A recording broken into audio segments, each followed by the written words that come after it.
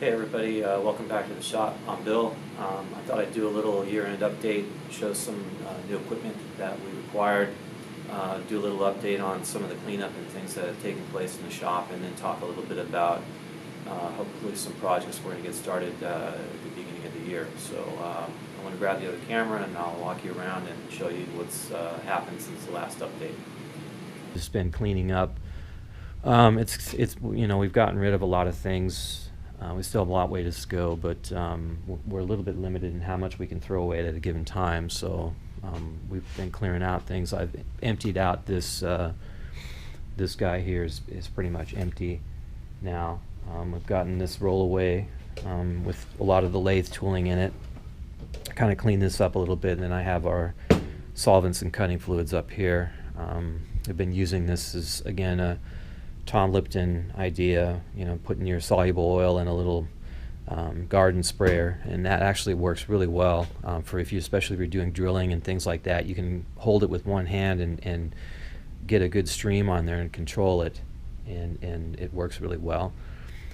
The arbor press, I've been using it. I've discovered that it's a little bit bent, believe it or not. The ram has been tweaked, so I don't know if they were really leaning on it with something, but yeah, so anyhow, that we have to take that into account when we're doing stuff with it, but more to come on that. That might be a good project. I'm not really sure. A casting this big, if it's bent, then I'm not really sure how you resolve that, but anyhow, something to think about. Drill press has been using it. It's working fine. The one thing I don't like about this one is it doesn't have a reverse on it, but other than that, it seems to work pretty well. Some changes in the lathe here. I went ahead and moved it, and then I built this backsplash. This is 16 gauge galvanized, but it's probably a little heavy for this, but it was a remnant, so I got a good price on it. But I'm going to have a rack down here, and we'll put the tool holders up like a lot of the guys have, and it seems like a good idea to kind of have them ready and stuff. And the backsplash was, blowing chips and things off all the time, and having to get behind the lathe to clean them up was got old really quick. So having that in there is going to allow a lot better cleanup, and then also if I spray anything, it's not going to sling everywhere and make a mess. So that's kind of an improvement on this lathe. The more I use this machine, the more things I find that are less than ideal.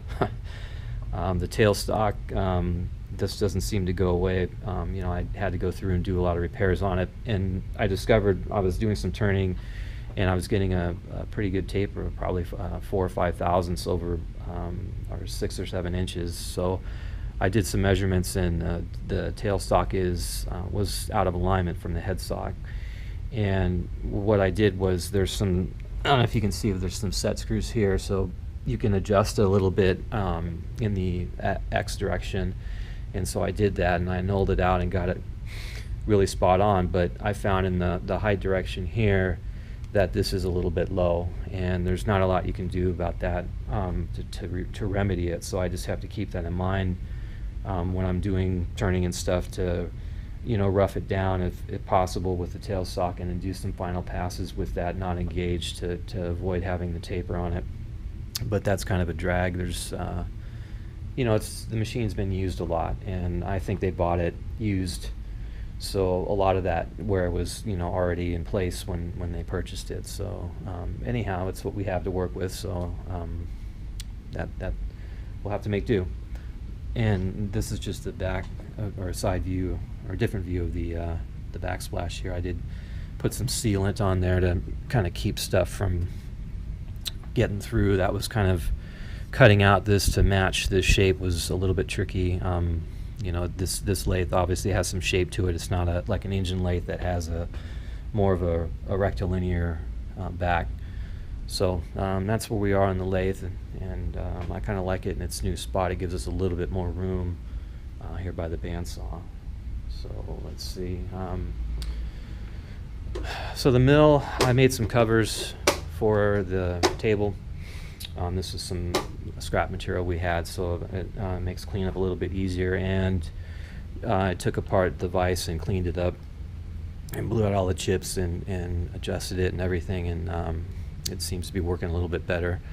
Also had this quill height gauge, and they had the readout, but the brackets were gone or misplaced or whatever, so I made a mock-up here with just some aluminum to get the kind of fit right and everything. I've kind of been test driving this to make sure everything clears, make sure the hand wheel and everything clears this this guy, and I think I've got the measurements right, so then we'll go ahead and make some out of a different material and kind of finalize that. So that's been really useful. I like using that. I'm gonna have to take apart the servo drive. It's sounding a little bit crunchy, and see what's going on. I may take it off.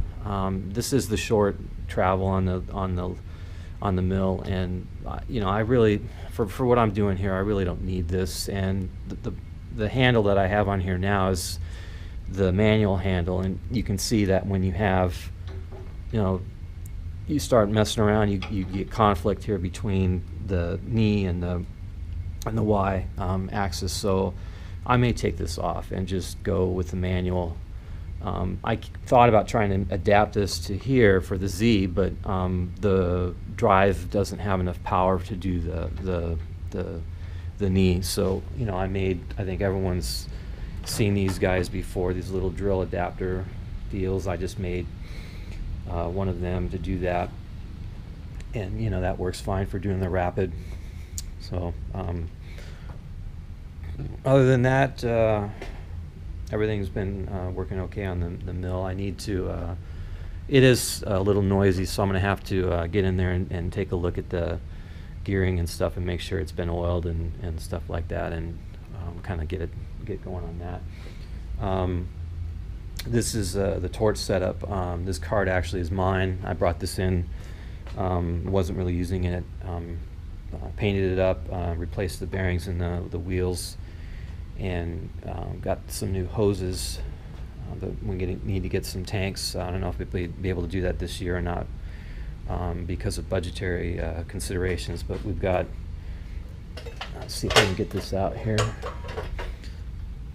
This is an Airco torch handle, and so far I've only been able to find one tip, and it's like the 00 or something, so it's a real small tip. So I have to look around and see if I can find more tips for this. If not, I may just have to bring in, I have a Victor torch handle that I've had for years, and I have a bunch of tips for it. I might just bring that in and switch that out. The Airco is kind of a, you can still get stuff for them, but they're not really as popular as the Victor. And I'm looking for, let's see, let me come back here. There's a cutting attachment for it, but it's, again, I can't find the tips for it either. And it's for propane, it's not for acetylene. So this, you know, I won't be able to use it with the acetylene rig here. So again, another reason probably for me to switch over to the Victor. Well, yeah, this is new here. I just this is a Raspberry Pi 3. I wanted to have like a computer or something in the shop to be able to look up stuff quick or put prints on it. And you know, these are really inexpensive. And the IT department had some cast-away, cast-off keyboard and stuff. And I asked them if I could have some, and they brought it over. And I got a computer now in the shop, so it's good for not having to go in the office to look something up. We're trying to reclaim some of this bench area here. Let's see over here. This is a corner notcher that we have, and this was on that bench, but it really wasn't quite usable in that position. So I made the stand for it and bolted it down to the floor. And I made this tray here. I still haven't, you can see I got a clamp on there. I still haven't finished mounting it up. I was doing this before our holiday shutdown, so I'll continue that when we get back and finish this out. But this is a neat tool to have if you do a lot of sheet metal. We had one at one of the places I used to work, and it's very handy for you know, making boxes and things and notching and stuff. Even if you just want to cut small material quickly, it works very well for that. So that's mounted here, and then this area here has been cleaned out quite a bit. We got rid of a lot of the cabinets and things that were in here. We have our blower working now, so we do have a little bit of ventilation in here.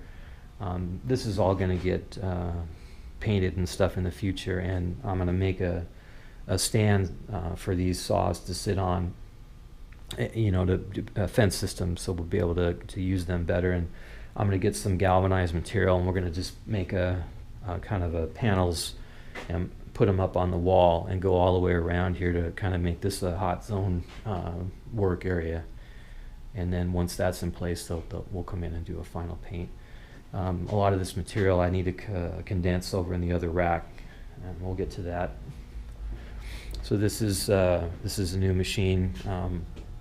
You know, I've seen a lot of reviews on this. I think Jody did a review on it. I know Randy Richard has one, and based on that, I figured I can't go wrong, and so I made the decision to purchase one of these, and I've used it for a few projects, and it works good.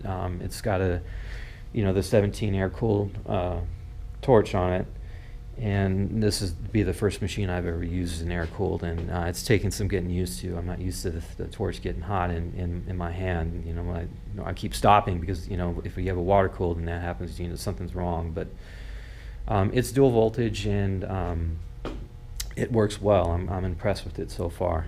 And coming over here into this area, we've, you know, cleaned out a lot of the furniture.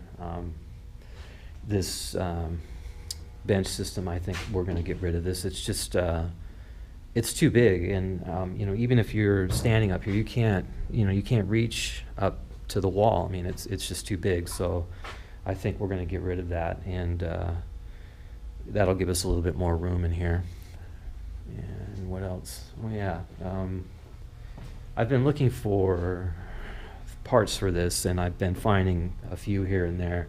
The last thing I'm looking for is the dresser for the wheel. Once I get that, I can play around a little bit with this. This is basically a sharpener that you can sharpen mills and countersinks and reamers and things like that. So it's kind of an odd tool. I'm kind of surprised they would have one here, but they have it, so I'll play around with it. The one thing it won't sharpen, unfortunately, is drills without an attachment. So yeah, that's too bad, because that would be handy.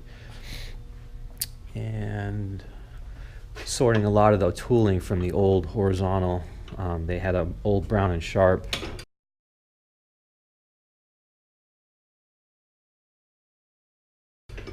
horizontal mill, and I've got a lot of this tooling here, and I think Dave Richards, yeah, the old steam machine shop, I think he's looking for some of these Brown and Sharp. I think it's a number 10 taper. So I'll be seeing if he's interested in some of these tool holders and stuff. He might be able to modify them to suit. I know he was looking for like a boring bar or something, and this guy's pretty big, and it seems like it's in pretty good shape still, so maybe he can do something with it. If not, it's not doing anything here, so okay, so let's head back. What else in here? We've been looking at the electrical. This building was constructed originally in 1912, and the electrical has been upgraded and kind of patched through the years. It's something we're going to have to look at. I've been talking to the electrician, and he's come in to do some things, and he's not liking what he's finding. He's finding undersized wiring, aluminum wiring, which in itself is not an issue if it's done properly, but you can have problems if it's not done correctly and stuff. So this area of the shop, again, it doesn't look like it, but we've been getting rid of quite a bit of things and stuff, and so we're starting to thin things out and actually seeing the surface of the benches. Let's see here. So I've been using the brake more. It works well. It needs some adjustment. and I'd like to reposition it at some point in the future so I can get to the back side of it easier, so you can set stops and things like that. Right now it's pretty hard to do that.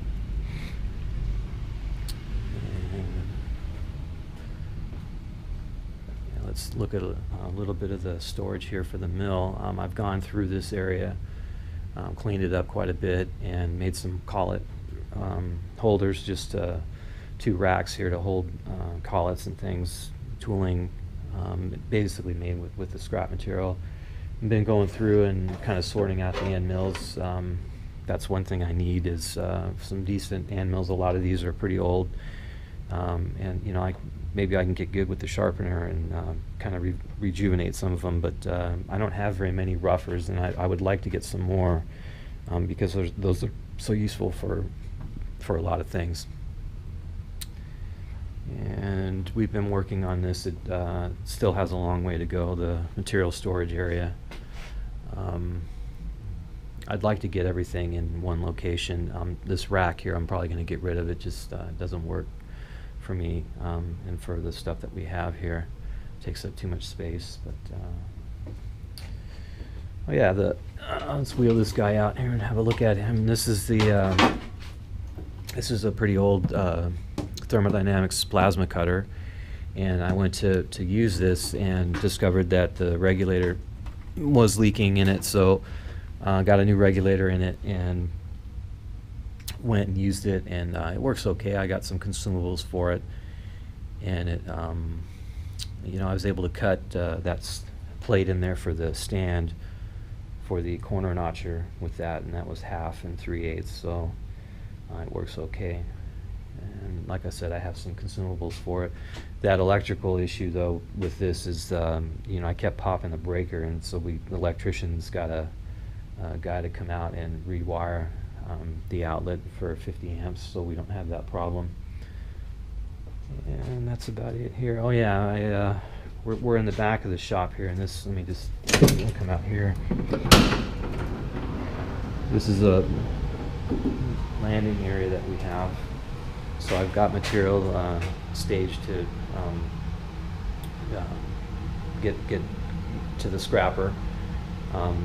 This guy here is, we had one of these at the old shop that I used to work in. It's like one of these, the combination machine where it's got a shear, press brake, and a slip roll. And it doesn't do any one of those things very well. So it's kind of, you know, I find that a lot with like these multi-purpose machines, but this one, the gearing was all stripped on this side, and there's really it's not a real good way to adjust the tension on your material, so I just decided that, you know, we don't need this tool anymore. Over here, this is a really old tap grinder, and I looked up and I did some research on it. I think maybe I'll put that in the video on the model and stuff, but it's missing all the parts and everything for it, and I can't find them in the shop, so again, this is probably going to go away. And we've had a little bit of rain here in Southern California, and we've discovered that we have some leaks, and the guys here have been trying to get those fixed, but I'm not sure they're going to be able to. The way the building is, it's a pretty old building, and the shop is actually, the roof is the roof deck that's outside, and it's a challenge to try and seal that, so you know, we'll see where that goes. So anyhow, yeah, that's pretty much it here. I've got a lot done. There's a long way to go on everything here. You know, our budget pretty much is spent for this year. We did get an increase, and you know, with that I was able to buy some tools for the shop. You know, we've got a toolbox here and some hand tools and things that we've gone through, and we're going to do a little bit of organizing with that. I've got these socket holders here. These things work pretty well and stuff, so we've got some good hand tools now, so it's I've been using those quite a bit, and it's good to have to do repair and stuff like that. I feel a little bit more comfortable now, and not having to cart things back and forth and stuff. I still have a lot of my stuff here, and it's probably going to be that way for some time, because we have limited funds. But just a little bit on the south bend. It does need a lot of work. These bearings are pretty toasted in the headstock here.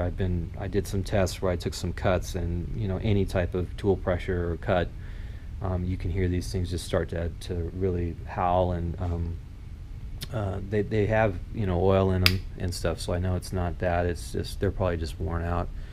So we'll probably have to get into that if we want to use this for material.